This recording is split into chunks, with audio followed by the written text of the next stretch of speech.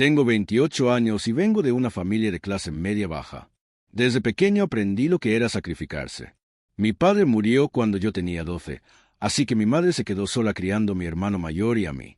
Mi hermano, llamémosle Luis, siempre fue el favorito. Yo era el que sacaba buenas notas, el que se esforzaba, el que ayudaba en la casa, pero de alguna manera nunca era suficiente para mi madre. Ella siempre encontraba la manera de justificar a Luis. Aunque no estudiara, aunque se metiera en problemas, aunque gastara el dinero en tonterías. Cuando cumplí 18, empecé a trabajar de inmediato. No había dinero para la universidad, así que lo poco que podía ahorrar lo guardaba con un sueño en mente: tener una casa propia. No quería depender de nadie, no quería estar a merced de que me corrieran de algún alquiler ni de que me dijeran que no podía traer a alguien a mi propio techo. Cada dólar que caía en mis manos, lo apartaba. No salía de fiesta, no compraba ropa de marca, no tenía carro. Usaba transporte público y hacía horas extras siempre que podía. Durante 10 años estuve ahorrando en silencio. Nunca le dije a nadie, ni siquiera a mis amigos. Para mi madre solo era el hijo tacaño que nunca disfruta nada, mientras que Luis era el que vive la vida, el alegre. Hace un año, logré lo impensable. Compré una casa modesta pero mía. No era una mansión, claro, pero tenía 3 habitaciones, sala, comedor, un pequeño patio trasero y estaba en un vecindario tranquilo. Cuando firmé las escrituras, lloré de emoción. Sentí que todo mi esfuerzo había valido la pena. Pero cometí un error, se lo conté a mi madre. Al principio, ella me felicitó, aunque con ese tono distante como si no entendiera lo monumental que era ese logro. Mi hermano, en cambio, se puso extraño.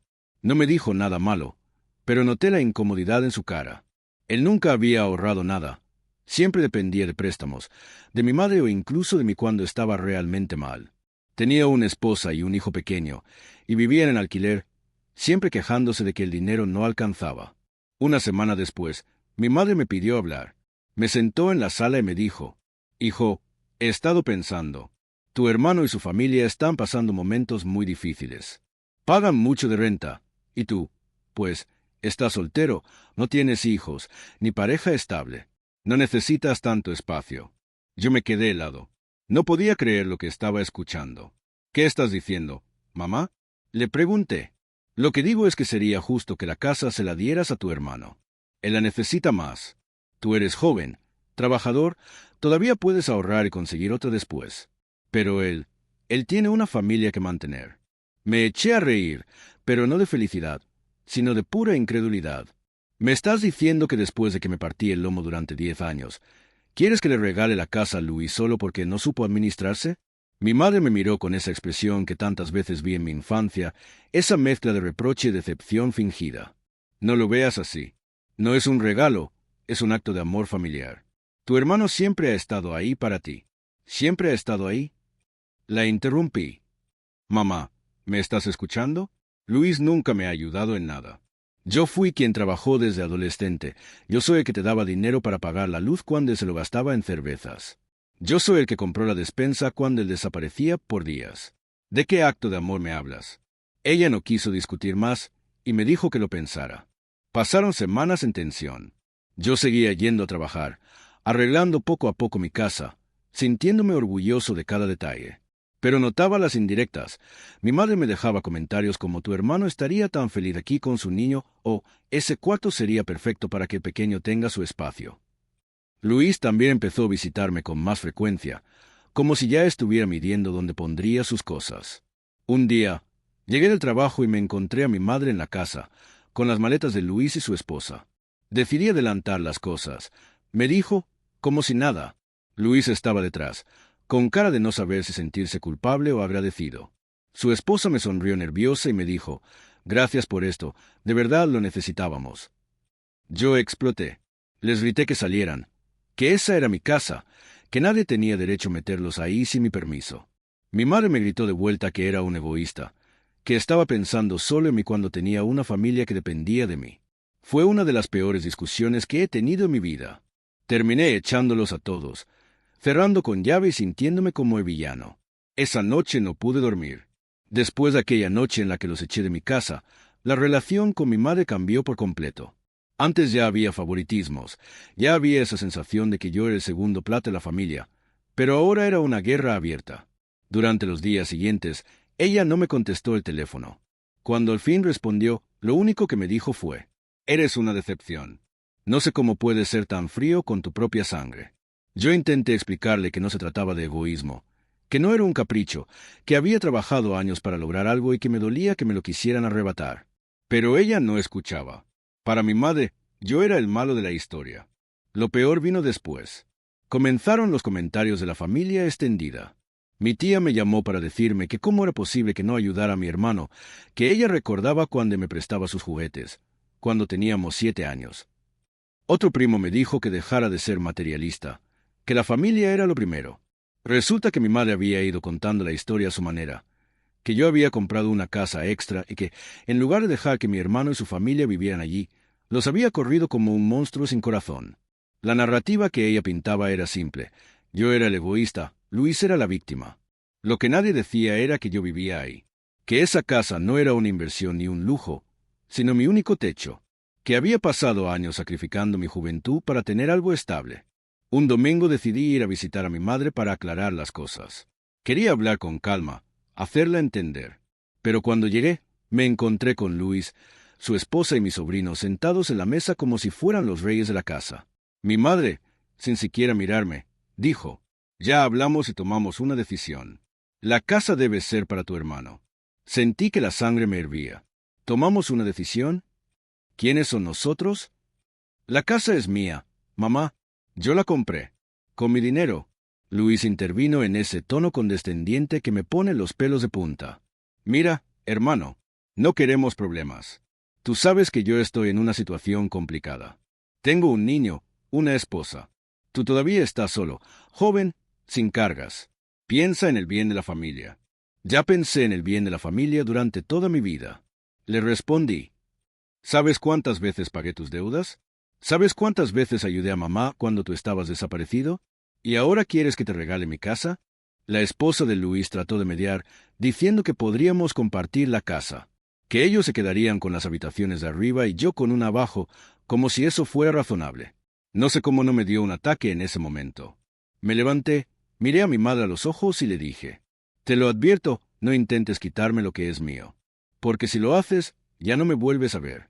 Salí de esa casa con lágrimas de rabia en los ojos. Durante los siguientes meses, la tensión fue insoportable. Mi madre no me hablaba. Luis y su esposa me mandaban mensajes pasivo-agresivos. «El niño se merece un hogar estable. ¿No crees? O Dios te bendecirá si compartes lo que tienes». Un día, al llegar del trabajo, noté algo raro. La cerradura de mi casa había sido forzada. Entré. Mis cosas estaban movidas. Había ropa ajena en una de las habitaciones, juguetes en la sala. Luis y su familia se habían metido en mi casa sin mi permiso. Perdí el control. Les grité. Les exigí que se fueran. Mi madre llegó minutos después, como si ya estuviera enterada. Me dijo que dejara de hacer drama, que era lo justo, que ella había hablado con un abogado y que como yo era soltero y ellos tenían un niño, el juez seguramente les daría prioridad. Ahí entendí que mi madre estaba dispuesta a todo para arrebatarme lo que era mío. Hablé con un abogado por mi cuenta y me explicó que mientras las escrituras estuvieran a mi nombre, nadie podía obligarme a entregar la casa. Eso me tranquilizó un poco, pero la guerra familiar ya estaba declarada. Mis tíos dejaron de invitarme a reuniones. En los cumpleaños, mi madre me ignoraba o hacía comentarios en voz alta sobre lo egoísta que me había vuelto. Incluso algunos amigos en común me dijeron que parecía un monstruo por no ayudar a mi hermano. La soledad empezó a pesarme. Muchas noches me sentaba en la sala de mi casa, rodeado de las paredes que tanto me costó conseguir, preguntándome si realmente era yo el que estaba equivocado. ¿De verdad era tan egoísta por no querer compartir mi casa? ¿De verdad la sangre justificaba que me arrebataran lo único que tenía? Un día, después de otra pelea con mi madre, me encontré escribiendo esta historia aquí, porque ya no sé si soy yo el que está loco. Después de la invasión de mi casa, decidí que tenía que poner límites de una vez por todas. Había intentado hablar, había intentado razonar, había intentado hacer entender a mi madre que aquello no era un simple capricho mío, sino el fruto de 10 años de esfuerzo. Nada funcionaba. Ellos no iban a parar, así que me tocaba a mí detenerlos. Contraté a un abogado de confianza, un conocido de un compañero del trabajo. Le conté todo, desde el favoritismo de mi madre hacia Luis hasta la forma en que entraron a mi casa como si fuera un motel. El abogado escuchó en silencio y al final me dijo: «Mira, legalmente no tienen nada. La casa está a tu nombre, las escrituras son tuyas. Pero tienes que poner un alto ya. Si dejas que sigan entrando, después será más difícil sacarlos». Con su ayuda, enviamos una carta de advertencia legal a mi madre y a mi hermano. Si volvían a entrar a la propiedad sin mi autorización, estaría en todo mi derecho de denunciarlos por allanamiento. La reacción no se hizo esperar. Esa misma noche, mi madre me llamó llorando, gritando al teléfono que cómo era posible que pusiera la justicia en contra de mi propia familia. «¿Qué clase de hijo eres?», me gritaba. «Los vas a meter a la cárcel por ser tu sangre». Yo temblaba de rabia. «No, mamá, ellos se van a meter a la cárcel por invadir lo que no es suyo. No es mi culpa, es la de ustedes». Colgó sin decir más. La guerra pasó a un nuevo nivel. Mi madre empezó a hablar pestes de mí con todos. Que yo era un malagradecido, que después de que ella me dio la vida, yo la había traicionado. Los vecinos comenzaron a verme raro. Algunos me decían cosas como «pobrecita tu mamá, con todo lo que hizo por ti». Era como vivir en una pesadilla donde todos habían comprado la versión de los hechos que más les convenía. Luis, por su parte, empezó a dejar mensajes en mi buzón. Cartas escritas a mano, diciendo que él nunca había querido problemas, que era todo idea de mamá, pero que ya que la casa existe, sería lo correcto que yo la compartiera. Cada palabra me hervía la sangre. La esposa de Luis me mandaba fotos de mi sobrino con mensajes como: «¿De verdad le vas a negar un techo a este angelito?». Yo las borraba sin responder. Un día, recibí un citatorio. Mi madre, con ayuda de Luis, había intentado iniciar un proceso legal en el que pedían la custodia compartida de la casa. Sí, leyeron bien. Según su argumento, como familia cercana, tenían derecho a reclamar un uso justo de la propiedad. Cuando mi abogado me lo contó, pensé que era una broma. ¿Eso siquiera existe?, pregunté. «No», respondió él. «Pero pueden intentar cualquier cosa. Lo importante es que tú no cedas». La audiencia fue un circo. Mi madre llorando, diciendo que yo era un niño ingrato que no entendía lo que era el sacrificio de criar 2 hijos sola. Luis diciendo que él estaba desempleado, aunque sabía que trabajaba en algo informal, y que no podía darle una vida digna a su hijo. Cuando me tocó hablar, respiré hondo y dije todo. Como había trabajado desde los 18, como había ahorrado peso por peso, como jamás recibí apoyo de nadie, como pagué deudas que ni siquiera eran mías. Terminé diciendo: «Esta casa no es solo cemento y ladrillos. Es mi vida. Son 10 años de sacrificio. Y nadie tiene derecho a quitármela».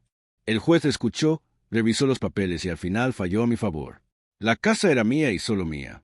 Me sentí aliviado por unas horas, porque después vino lo peor, la ruptura definitiva con mi madre. Cuando salimos del juzgado, mi madre me miró con un odio que nunca había visto en sus ojos. «Ya no eres mi hijo», me dijo, escupiéndome las palabras. «Ojalá algún día entiendas lo que es tener familia y lo que perdiste». Luis bajó la cabeza, como avergonzado, pero no dijo nada. Esa fue la última vez que hablé con ellos. Al principio, la soledad me golpeó duro. Las fiestas familiares pasaban sin que me invitaran. Veía fotos en redes sociales de todos reunidos, con mi madre abrazando a Luis y a su hijo, sonriendo como si nunca hubiera tenido otro hijo. Me dolió más de lo que quiero admitir, porque aunque siempre supe que no era el favorito, siempre guardaba una esperanza infantil de que algún día me reconociera, de que me dijera que estaba orgullosa de mí. Ese día entendí que eso nunca iba a pasar. Pero también, poco a poco, comenzó a llegar una paz que nunca había sentido. Mi casa se volvió un refugio real. Nadie más entraba sin permiso. Nadie me movía las cosas, nadie me hacía sentir culpable por disfrutar lo que era mío. Hubo noches en las que me sentaba en el patio trasero, mirando las estrellas, pensando en todo lo que había pasado. A veces lloraba, a veces reía solo de la ironía. Había perdido mi madre, sí, pero también había ganado algo que nunca tuve, mi libertad. A veces me pregunto si hice lo correcto, si debería haber cedido un cuarto, o prestado la casa temporalmente, o haber intentado otra solución. Pero cada vez que pienso en eso, recuerdo la forma en que mi madre llegó con las maletas de Luis sin consultarme. Recuerdo cómo forzaron la cerradura y se metieron como dueños. Recuerdo el odio en su mirada cuando no cedí. Y entonces sé que no había otra opción. Han pasado casi 3 años desde todo lo ocurrido. La herida no ha sanado del todo, pero al menos ya no sangra como antes.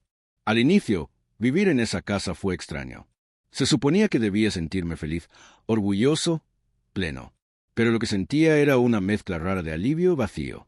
Alivio porque había defendido lo mío y vacío porque, en el proceso, perdí a mi madre. Durante meses estuve tentado a buscarla, a pedirle que habláramos, escribir un mensaje, tocar su puerta, aparecer en una reunión familiar. Pero cada vez que estaba a punto de hacerlo, recordaba la manera en que me dijo, «Ya no eres mi hijo». Esa frase fue un cuchillo. Y uno no puede simplemente fingir que un cuchillo no atravesó el corazón. Me enfoqué en mi vida. Terminé de amueblar la casa, pinté las paredes con los colores que siempre quise, sembré un pequeño jardín en el patio trasero. Empecé a invitar a amigos de confianza, a organizar cenas sencillas. Poco a poco, la casa se llenó de risas nuevas, diferentes, más honestas. También conocí a alguien. No entraré en demasiados detalles, pero fue a través del trabajo. Una mujer increíble, que escuchó mi historia sin juzgarme y me dijo algo que me marcó. Tener límites no es egoísmo, es amor propio. Con ella aprendí que la familia no siempre es la de sangre. A veces, la familia se elige. Son esas personas que te apoyan, que te celebran, que te acompañan sin pedirte que te sacrifiques constantemente por ellas. Mi madre nunca se retractó. Supe por conocidos que sigue pensando que soy un ingrato, que me dejé cegar por el dinero. Luis y su esposa siguen viviendo en alquiler, quejándose de lo caro que es todo. En algún momento intentaron contactarme para pedirme un préstamo, pero no respondí. No es que les desee mal, simplemente entendí que yo no soy su salvador. Que si pasé tantos años trabajando duro fue precisamente para no depender de nadie, y que no es justo que otros esperen depender de mí solo porque compartimos apellido. He aprendido a dejar atrás la culpa. Porque sí, hubo noches en las que me sentí el peor hijo del mundo. Me repetía a mí mismo lo que mi madre decía, que era egoísta, que era frío, que no entendía lo que era la familia. Pero con el tiempo entendí que esa no era la verdad. Era su verdad, una versión conveniente para justificar lo injustificable. Hoy, cuando miro mi casa, ya no veo solo paredes. Veo 10 años de lucha, pero también un recordatorio. Nadie más que yo puede decidir qué hacer con lo que me pertenece. He puesto candados, no solo en mis puertas, sino también en mi vida. No cualquiera entra, no cualquiera se queda. Y aunque suene duro, mi madre ya no tiene llave. Lo escribo aquí porque sé que muchos en Reddit han pasado por algo parecido. El chantaje emocional de la familia, el favoritismo hacia un hermano, la culpa que nos meten desde niños. Y quiero dejar claro algo que me costó sangre, lágrimas y abogados entender. La familia no te da derecho sobre la vida de los demás. Sí, podemos amar, ayudar, apoyar. Pero todo eso debe nacer del corazón, no de la obligación ni de la manipulación. Que alguien sea tu madre, tu hermano, tu primo, no significa que tenga permiso automático para tomar lo que es tuyo. Si estás leyendo esto y te encuentras en una situación parecida, quiero que sepas algo. Poner límites no te hace malo. Defender lo tuyo no te hace egoísta. Al contrario, te hace responsable de ti mismo. Yo perdí a mi madre en este proceso, y eso me dolerá siempre. Pero también gané algo que nunca había tenido, respeto por mí mismo. Y ese respeto, una vez que lo encuentras, no tiene precio.